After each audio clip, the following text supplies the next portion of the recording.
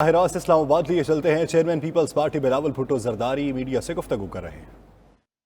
آئین پاکستان توڑا ہے، اسپیکر نیشنل اسمبلی نے آئین پاکستان پہ عمل نہیں کیا ہے، اور سپریم کورٹ آف پاکستان کے سامنے ایک پٹیشن موجود ہے جو ہم نے نہیں، بار کاؤنسلز نے لے کر آئے تھے۔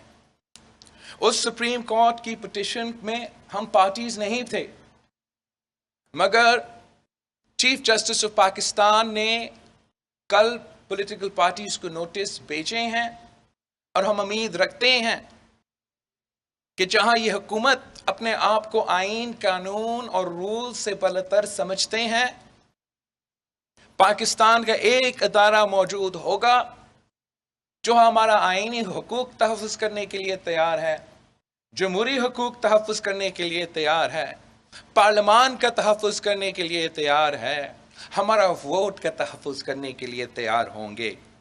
اور میں اس شخص کا پروپیگنڈا کو بے نقاب کرنا چاہ رہا ہوں۔ He is trying to give the impression, he is trying to build a narrative that is based on fiction۔ کیا یہ پاکستان کی عوام کو نظر نہیں آ رہا؟ پورا ٹی وی سٹریمز پہ ہم سب نے نہیں دیکھا کہ آپ نے سب سے پہلے حملہ کیا؟ اس شخص نے پارلیمان پہ حملہ کیا، لاجز پہ حملہ کیا، پارلیمان کے ممبرز کے کمرے پہ حملہ کیا، اور پارلیمان کے ممبرز کو گرفتار بھی کیا۔ اس کے بعد جب ممبران پارلیمان کے ممبرز نے سندھ ہاؤس شفٹ کیے، تو اس شخص نے سندھ ہاؤس کے خلاف، ان ممبرز کے خلاف ایک پروپیگنڈا کا مہم شروع کیا، اور جھوٹا الزام لگا رہا ہے، آج تک لگا رہا ہے۔ میں چیلنج کرتا ہوں اس سے کہ جب پیپلز پارٹی نے الزام لگایا دھاندلی کا، جب پیپلز پارٹی نے الزام لگایا انٹرفیئرنس کا، پیسہ چلنے کا، تو ہم عدالت میں گئے، ہم نے عدالت میں اپنا ثبوت کے ساتھ دیے، نام لے کے چلے گئے تھے، پیسہ کہاں سے آیا، کہاں سا پیسہ تھا، وہ ثبوت پیش کیا۔ آپ وہ نہیں کر سکتے ہو، اس لیے آپ جھوٹے ہو، اور جھوٹ کے مبنی پہ آپ پروپیگنڈا چلا رہے ہو۔ عوام سے جھوٹ کہنا بند کرتے۔ اب کیسے کہہ سکتے ہیں، کیسے کہہ سکتے ہیں کہ عوام ممبرز کو سزا دیں گے اگر وہ آپ کے خلاف ووٹ دیں گے؟ پاکستان کے عوام خود آپ کو ووٹ دینے کو تیار نہیں ہے۔ اسی پارلیمان کے سارے ممبرز نے 3 سال دیکھا ہے، 3 سال اب ہر بائی الیکشن ہار چکے ہیں۔ پاکستان کے عوام نے آپ کا سلیکٹڈ مینڈیٹ جب بھی موقع ملا، بائی الیکشنز ہوئے، لوکل باڈی کا فیز 1 کے الیکشنز ہوئے، آپ کا جعلی مینڈیٹ کو رد کیا۔ 3 سال ہر ممبران اسمبلی دیکھتا رہا کہ آپ کا وفاقی حکومت موجود، آپ کے صوبائی حکومتیں موجود، آپ کے ہر قسم کے سہولت موجود، اور آپ ایک بائی الیکشن نہیں جیت سکتے ہو، ایک لوکل باڈی الیکشن نہیں جیت سکتے ہو، تو ان کا سیاسی مستقبل کا کیا ہوگا؟ انہی ممبرز کو معلوم ہے، ہر ممبران اسمبلی کو معلوم ہے کہ پاکستان کے عوام آپ کے معاشی پالیسی سے نفرت کرتے ہیں، ہر اس شخص سے نفرت کرتے ہیں جو آپ کے سہولت کار 3 سال سے بنے تھے۔ پاکستان کے عوام ہر اس ممبر کو معاف نہیں کریں گے جو آپ کو ووٹ دے گا۔ پاکستان کے عوام آپ کو ذمہ دار ٹھہراتا ہے اس معاشی بحران کا، جس کی وجہ سے وہ مہنگائی کی سونامی میں ڈوب رہے ہیں، ٹیکسز اور بے روزگاری اور غربت کی وجہ سے پریشان ہیں۔ وہ جانتے ہیں کہ جو آج آپ کے خلاف کرے ہوں گے ان کا نام تاریخ میں ریکارڈ ہوں گے، تاریخ میں ان کا نام عام ہوگا کہ جب اس سلیکٹڈ نظام کے خلاف علم بغاوت کا علم اٹھایا گیا تو پاکستان کی تاریخ یہ ریکارڈ کرے گا کہ کون سا پارلیمان کا ممبر حق کے ساتھ کھڑا تھا، جمہوریت کے ساتھ کھڑا تھا، آئین کے ساتھ کھڑا تھا، عوام کی معاشی حقوق کے ساتھ کھڑا تھا، اور کون اس سلیکٹڈ کٹ پتلی پلانٹڈ سیاستدان کے ساتھ کھڑا تھا۔ آپ سمجھتے ہو کہ آپ کا یہ جھوٹ چلے گا؟ 3 سال سے آپ کے جھوٹ اب نہیں چل رہے ہیں، اب آپ کے آخری دن شروع ہو چکے ہیں۔ اس کے بعد آپ کو حساب دینا پڑے گا، آپ کو اپنا معاشی پالیسی کا حساب دینا پڑے گا، آپ کو آپ کا اپنا کرپشن کا حساب دینا پڑے گا۔ آپ کیسے پارلیمان کے ممبرز پہ کسی ایک ثبوت کے بغیر کرپشن کے الزام لگا رہے ہیں؟ آپ کے پاس FIA ہے، آپ کے پاس نیب ہے، آپ کے پاس اس ملک کے ہر ادارہ تھا، آپ نے کیوں 3 سال میں کسی ایک شخص کے خلاف کرپشن کے کیسز ثابت نہیں کر سکے؟ اس لیے کہ آپ تب بھی جھوٹ بول رہے تھے، آج بھی جھوٹ بول رہے ہو۔ میں نے پہلے بھی کہا تھا کہ یہ بات عام ہے کہ آپ سے کام کروانے کے لیے، وزیر اعظم گھر سے کام کروانے کے لیے، وزیر اعلیٰ پنجاب سے کام کروانے کے لیے کہ کہاں کہاں پیسہ پہنچانا پڑتا ہے۔ اگر کرپشن کا حساب مانگا جاتا ہے تو آپ کا فارن فنڈنگ کیس کا کرپشن کا حساب مانگا جا رہا ہے، چینی چوری، آٹا چوری، پیٹرول چوری کا کرپشن کا حساب مانگا جا رہا ہے۔ آپ کہاں کہاں جھوٹ کہہ سکتے ہو؟ کبھی آپ اسلام کو استعمال کرنے کی کوشش کرتے ہو؟ کیا آپ سمجھتے ہو کہ عوام بھول چکے ہیں کہ آپ نے مدینہ کے ریاست کا نام پہ کیا تباہی کیا ہے پچھلے 3 سال میں؟ کیا مدینہ کے ریاست میں اجازت دیتا ہے کہ مدینہ کے ریاست کے وزیر اور وزیر اعظم اس قسم کا زبان استعمال کریں؟ کیا مدینہ کا ریاست اجازت دیتا ہے کہ آپ نہ صرف اپنے سیاسی مخالفین مگر سیاسی مخالفین کے گھر کے عورتوں کو بھی نشانے بنائیں؟ کیا مدینہ کا ریاست یہ اجازت دیتا ہے کہ غریب کو تکلیف دے مگر امیروں کو ریلیف دے؟ کیا مدینہ کا ریاست یہ اجازت دیتا ہے کہ ظالم کے سامنے ہم جھکے؟ کیا مدینہ کے ریاست میں یہ ہو سکتا ہے کہ پاکستان کی عام آدمی بھوک کی وجہ سے پریشان ہو؟ یہ مدینہ کا ریاست نہیں ہے، اور آپ یہ لفظ استعمال کرنا بند کر دے۔ پاکستان کے عوام آپ کو پہچان چکے ہیں، اور آپ کا جو فارن پالیسی کا کارڈ ہے، آپ یہ نہیں سمجھو کہ آپ بھٹو بن سکتے ہو۔ نقل کے لیے عقل کی ضرورت ہوتا ہے۔ اگر قائد عوام نے اس ملک کو اٹامک قوت بنایا، اگر قائد عوام نے اس ملک کو آزادانہ فارن پالیسی دی، تو وہ اس کا کانسیکوینسز بھی برداشت کرنے کے لیے تیار تھا اور شہادت بھی قبول کیا تھا۔ اگر شہید محترمہ بینظیر بھٹو نے اس ملک کو میسائل ٹیکنالوجی دلوائی تو نہ صرف اس ملک کے لیے جدوجہد کی مگر ڈیلیور بھی کر دی، اور پھر اس کا بھی کانسیکوینسز بھگتنے کے لیے تیار تھی۔ اگر صدر زرداری نے پورا دنیا کو ناراض کر کے چائنا کو وارم واٹرز کو سی پیک کے تھرو ایکسیس دلوایا, پوری دنیا کو ناراض کر کے Iran Pakistan gas pipeline کا منصوبہ شروع کیا.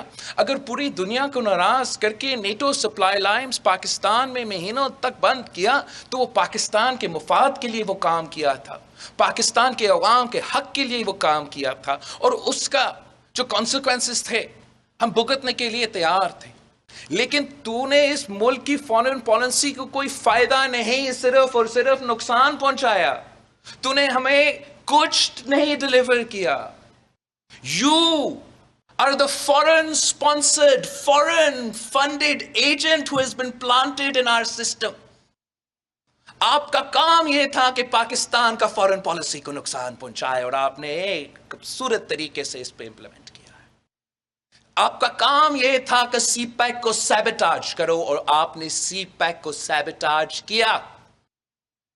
تجھے یہ ٹاسک دیا گیا کہ تیرے وزیر سی پیک کے خلاف بولے, سی پیک کو ایک کرپٹ منصوبہ کے طور پہ عوام کے سامنے پیش کرے, اور آپ نے ضد کر کے اسی وزیر جس نے جھوٹا الزامات سی پیک کے خلاف پبلک میں دیے تھے, آج تک وہ وزیر وہاں بیٹھا ہے, اور سی پیک کا جو حال ہے وہ ملک اور عوام کے سامنے ہے. آپ کا یہ کام تھا, تو نے پلانٹ کیا گیا پاکستان کا کشمیر کوز کو سیبٹاج کرنا. تیرا کام تھا مشرف کا 3 پوائنٹ ایجنڈا پہ عمل کرنا. تجھے ٹاسک دیا گیا کہ مودی کے لیے کیمپین کرو. کیا پاکستان کی تاریخ میں پاکستان کی کسی وزیر اعظم نے, بھارت کا کسی وزیر اعظم کا الیکشن کے کیمپین کے دوران یہ کبھی کہا ہے کہ اگر وہ جیتتے ہیں تو کشمیر کوز کا فائدہ ہوگا؟ اور جب وہ جیتتا ہے, اس نے جو کشمیر کے ساتھ کیا وہ آپ کے سامنے ہے. تجھے یہ ٹاسک دیا گیا کہ پاکستان کی معاشی خود مختاری پہ حملہ کرو.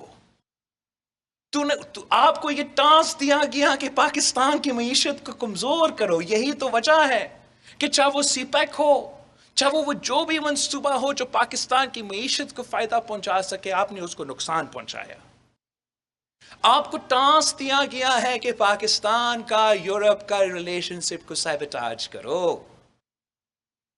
آپ نے ہمارا دوست کے ساتھ جو تعلقات تھے وہ بھی خراب کیے, اور جہاں پاکستان کا اربوں روپیہ کا ایکسپورٹس, پاکستان کا کسان کا فائدہ ہو, پاکستان کا تاجر کو فائدہ ہو, پاکستان کا کاروبار کو فائدہ ہو, آپ کو ٹاسک دیا گیا اس کو سیبٹاج کرنا, اور آپ اس پہ عمل کر رہے ہو. آپ بھارت کا فارن پالیسی اپنا رہے ہو. آپ بھارت کا اس وقت کا جو فارن پالیسی ہے اور آپ کا فارن پالیسی ہے دنیا کے سٹیج پہ, آپ مجھے بتائیں اس میں فرق کیا ہے؟ او آئی سی کی بات ہو رہا ہے. او آئی سی کا کانفرنس جو قائد عوام نے کیا, پوری ملک کا, پوری مسلم امہ کا سربراہ کا کانفرنس یہاں لاہور میں پاکستان کے لیے کروایا گیا. آج بھی کانفرنس چل رہا ہے. جو ممالک یہاں آئے ہیں وہ ہمارے مہمان ہیں, ان سے ہم عزت بھی کرتے ہیں, لیکن یہ تعلقات, یہ دوستیاں ہم نے بنائے ہیں, ہم نے نبھائے ہیں, آپ نے بگاڑے ہیں. آپ نے او آئی سی کانفرنس پاکستان میں کشمیر کوز پہ نہیں بلایا. آپ نے او آئی سی کانفرنس پاکستان میں پاکستان کا ایک ایشو پہ بھی نہیں بلایا. اور اس وقت جو آپ نے کہ کانفرنس ہو رہا ہے, بڑا اچھا کام ہو رہا ہے, مگر پاکستان کا ایک ایشو پہ نہیں, یہ افغانستان پہ ہو رہا ہے, یہ طالبان کے لیے ہو رہا ہے. آپ پاکستان کے وزیر اعظم کی حیثیت نہیں, طالبان کے فارن منسٹر کی حیثیت سے یہ او آئی سی کانفرنس بلا رہے ہو. ہم چاہتے ہیں کہ ہیومینیٹیرین کرائسس افغانستان میں حل ہو, لیکن ہم یہ بھی نہیں چاہتے ہیں کہ آپ پاکستان کی ہر فارن پالیسی کا جو فائدہ کا کام تھا آپ نے اس کو نقصان پہنچایا. اور اب آپ اپوزیشن کو کہہ رہے ہو, کرپشن کی بات کر رہے ہو, فارن پاورز کی بات کر رہے ہو. اس الیکشن سے بھاگنے کے لیے آئین توڑنے تک آپ تیار ہو، یہ ہارا ہوا شخص ہے، یہ بزدل کام کرتا ہے، بزدل بھاگتا ہے، بزدل گالی دیتا ہے، بزدل یہ حرکتیں کرتا ہے۔ اگر ہمت ہے مقابلہ کرو، ہمت ہے تو باقی باتیں چھوڑو اور آئے پارلیمان میں ہمارا مقابلہ کرو۔ ہم نے